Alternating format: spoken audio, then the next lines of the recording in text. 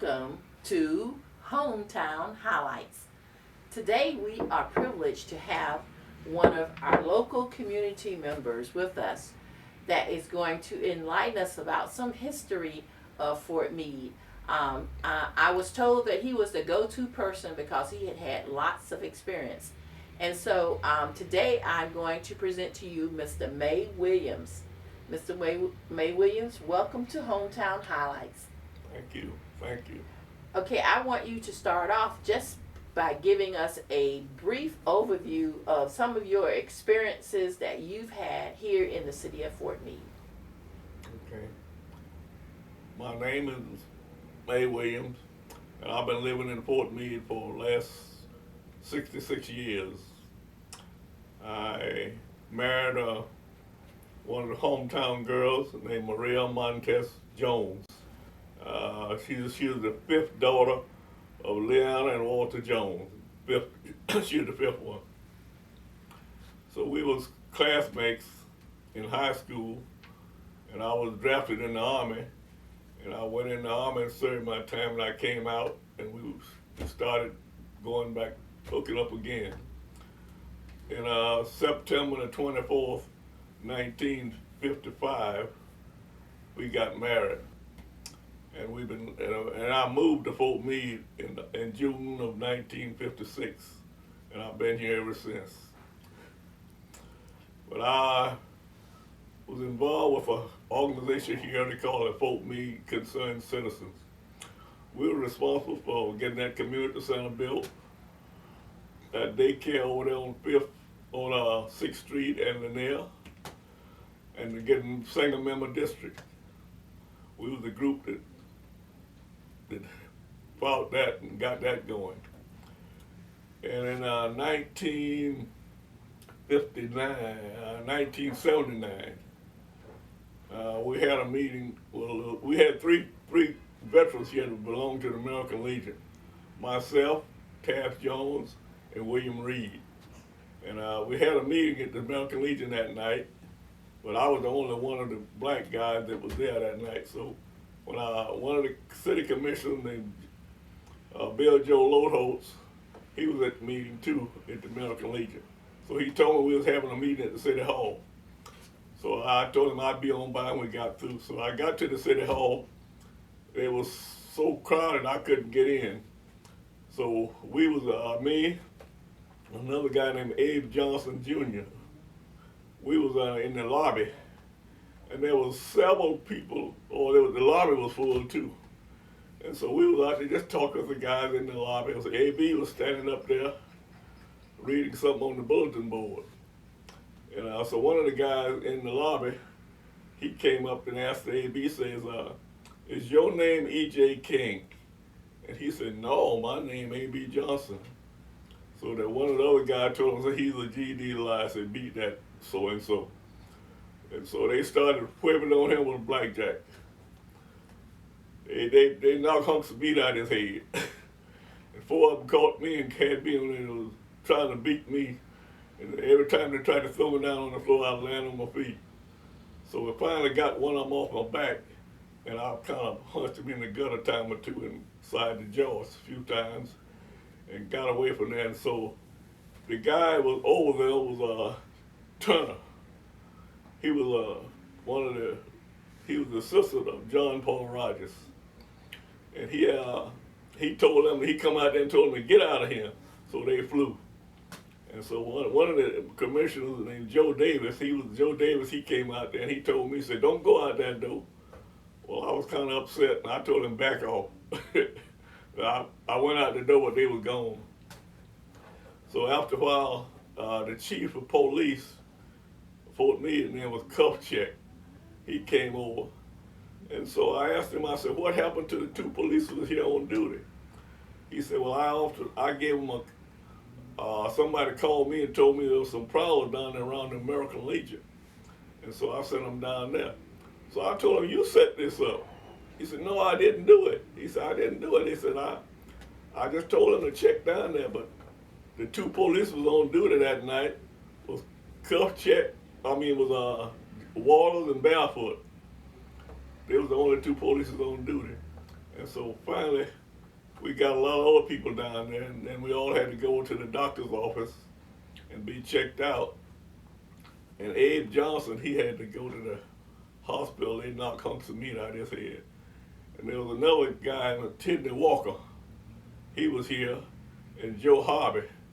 Joe Harvey, he was about 90-some years old. They hit him side the face with that blackjack and bust half his face off. And so he had to have some stitches too, but they stretched out, and we all went over to the doctor's office. And then people went to come from there which way. Oh, they filled up the doctor's office too. They heard of what was going on down there. And that was about the biggest end of it. The Turner, he was over these guys. He had on a blue serge suit and a black shirt. I can see that face today. That was about 43 years ago. But that's about the end of that part. Okay.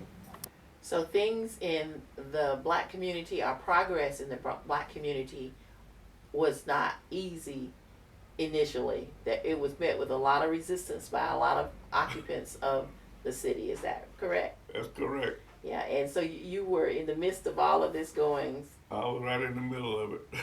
I got caught in there. You didn't know what was happening, but some people did not want progress to things to change. No, they did not. They did not. They resisted it full force. And you said you've been in Fort Meade for 66 years? 66 years. 66 years. Yeah. So you've seen it go from one side and to the other side. I saw a lot. When I moved here, the street I lived on was on Dirt Street. Most of the streets in Fort Meade on our side of town was all Dirt Street. We didn't have cesspool. They had cesspool, but you had your own cesspool. But they didn't have sewer running down your streets and stuff like that. So since I moved there, when I moved there, my house was there. So they ran sewer down there and they paved the streets. And so then I had to pay sewer fee. So I paid sewer fee for about 10 years. And my cesspool went bad, so I went to the city and I wanted to hook up to the city sewer. Well, when I went to hook up to the city sewer, they did not put me a tap there when they ran the sewer down my street. But I paid sewer fee for about 10 years before I decided, as long as my cesspool was working, I didn't bother with it. But when I tried to hook up, I had to pay the city for put me a tap there. And I was upset by it, and I fussed about it a little bit, but nobody else didn't have to pay for put a tap in. Mm-hmm. I fussed about having to pay for a tap, and I had to pay sewer fee for 10 years. Mm-hmm. So it mattered if people spoke up about what things were going on that were not equal in one community versus another community. And so you mentioned some names of those individuals that were harmed in that scuffle that was held in City Hall. You also said that you were a member of a group of concerned citizens. Tell me a little bit about that group. Well, the concerned citizens, we was a group of Ella and some of the young people was involved with the concerned citizen. We got together and decided we want to do something to kind of update our community. Well, number one, they had that CGB money, Computer Development Block Grant money. They had been using it to do other things with. But after we filed a suit against the city, they gave us they started spending the Community Development Block Grant money on this side to try to put in sewers and pave streets and do some stuff to update this side of the town. So we had, we sold dinners and pot pies and all kinds of stuff. I was working at the American Assignment Company, and I used to take orders out there for maybe 65 or 70 dinners. And the elderly ladies and stuff and him would cook these dinners and bring them out to the mine at noon, and we would sell dinners and stuff like that. We had down there with on 6th and the Lanier, That's where the old school used to be, the Fort Meade school before they built Anna Woodbury. But my wife, she lived right across the street. That's where her mama, she grew up there. So she just walked right across the street to school. So that's where she had her daycare, right there in that same old building. But they tore that building down, and that's where the other building is built there right now, right on the corner of 6th and Lanier. It's a migrant school there.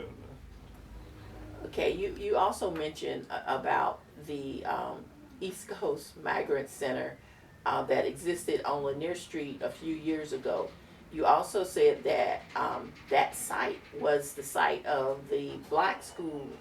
Could you elaborate a little bit more about what you've heard about that black school that was located there, and if you know of anybody who attended that, who lives or lived in Fort Meade? My wife and all her sisters, they live right across the street. There's a house that's torn down on that corner right now, but that's where they would live. They went right across the street to school. Her and her five, it was five. She had five. It was 6 girls and 1 boy, and all of them went to school right there until they went off to school. Some of them went off to. Some went to college at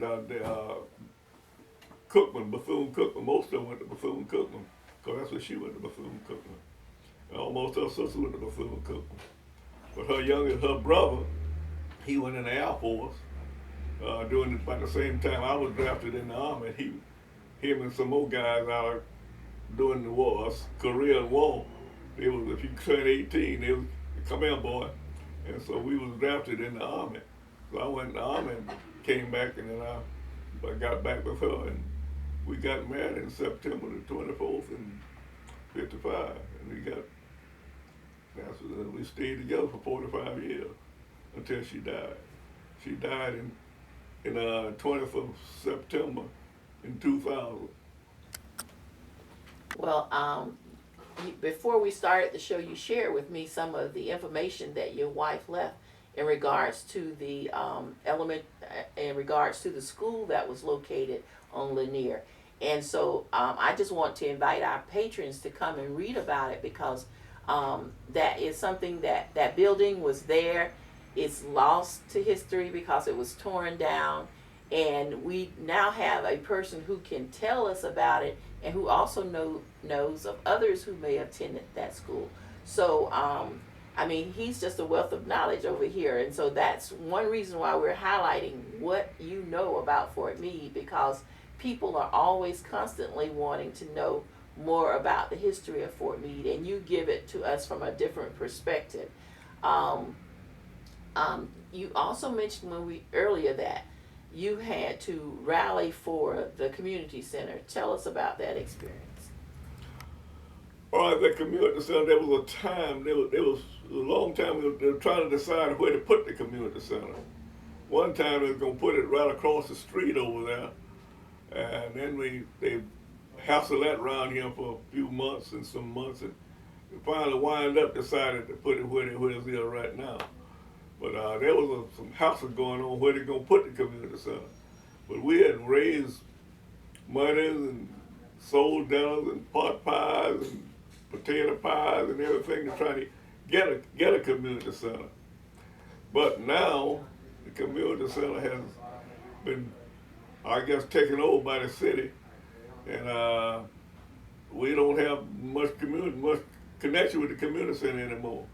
But we fought to get it put there, but now it's been just about taken away from us. We don't hardly get a chance to use it. Okay, so I guess the concerned citizens need to express their opinion to city management, as you did when you got the community center.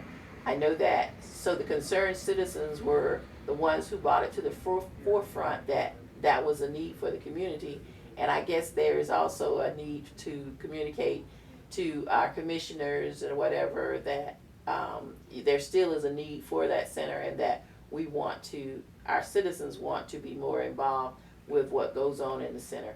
So I have nothing to do with that, but I think that the concerned citizens sounds like it was a very, very good group to be established, and it led to change in our community, and you were a part of that change that came about in our community. And so you know, work is never done. We're always moving forward, and I think that I met you on Friday.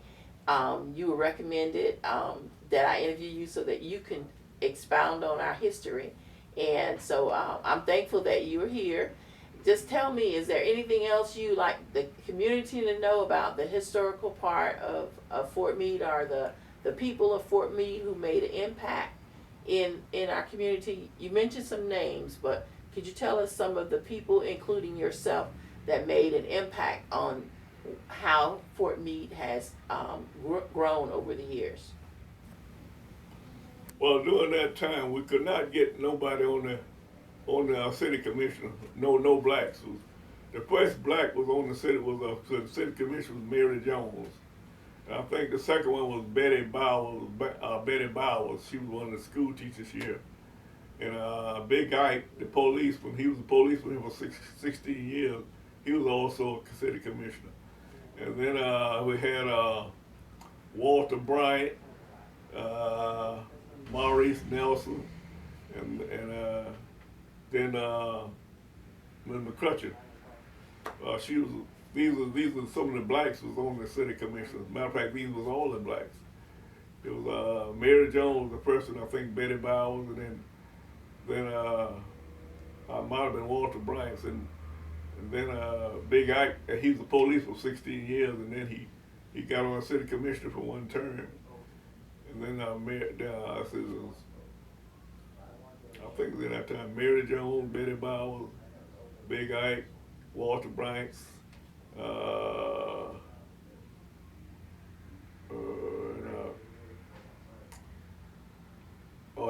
Maurice Nelson, and then Ms. McCutcheon. Oh, I forgot Sam Barrett. Yeah, Sam too. That's right. I'm trying to make all these. Who all have been on there? It's been 40-some years ago. Actually, about 43 years ago. So I think you got a good memory. I did doing Women's History celebration for the Centennial for Women's Rights to Vote. I did some research, and I did come up with Mrs. Jones and Mrs. Bowers, having served on the commission and the years I think that they served. So you're just refreshing some of my knowledge, and I think that people need to know who served and when they served, because the minority started to being represented at the commission meetings, and so it's important that in order for us to know what's going on, you must attend those commission meetings so you can have some impact. And so we have had, you've named, I guess, like 6 people who served. So every time there has been some representation in the last 40 years. I guess at some point it's been dormant, but then most of the time there has been some representation from the black community on the commission. And I guess you don't say that it's the black community, but from the Fort Meade community, because everybody has not been from the, what do you call it, the southwest side? South side. South side. Everybody hasn't been from the south side, right? We had to file a suit in order to get this single member district, because you had to live in the area in order to be able to vote for the commissioners in your district. Now, for the single, at large, anybody in the city could vote for the at large, but in the single member district, you had to live in that area in order to vote for that commissioner, for that seat. Okay, so I'm not a politician or anything, but so the single member district covers the majority of the population that lives in the black community. Is that what happened? Well, you got a single member district for all. Single member district. They got 3 single member districts and 2 at large, and you had to live in that area. And you got a single member district over on the north side and the east side, and then they got a central area. But we have 3 single member district areas and two of the commissioners at large. Well, everybody in the city can vote for that lodge. But on the single member district, you had to live in that area to vote for that commission in that seat, single member district. Okay. So you are really involved in the political goings on. Now, before we started, you mentioned that you were the brother of a person who served in the Lakeland community, and so I guess you have a really involved family into what's going on. You keep up with everything. Is that correct? Could you share that? I'm a member of the Polk County Voter League, and I've been that for over 40 years. And we deal with the whole county. So not only Lakeland, Winter Haven, Almondale, Lakeville, the whole county. So we were the single member Polk County Voter League. We have meetings, especially during the election times. We have these meetings with people all over the county, so we decide who we're gonna vote for, and we let the people in our area let them know who we recommend to vote for. We don't tell nobody who to vote for, but we talk to them and give them a recommendation, and we pass out a lot of sample ballots and stuff like that during election time. Well, I'd just like to thank the Fort Meade community for joining Hometown Highlights with Mr. Williams. We hope that you will also become a concerned citizen and attend our city commission meetings so that you will know what is going on and that you can also be the pulse of the neighborhood. So thank you for joining us today. Also, I would like you to recognize that May 20th is the day for the emancipation and so of slaves that Florida celebrates. So we hope that you have enjoyed our final hometown highlight, and thank you for letting me be your host.